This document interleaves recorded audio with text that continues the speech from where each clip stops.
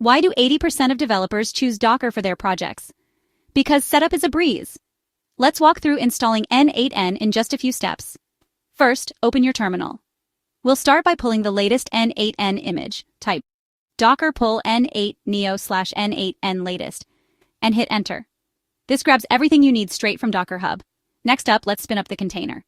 Type docker run d, name N8N P5678, 5678, v tilde slash dot N8N dash slash home slash node slash dot N8N N8 neo slash N8N.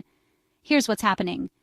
D runs it in the background. Name N8N gives your container a name, P5678.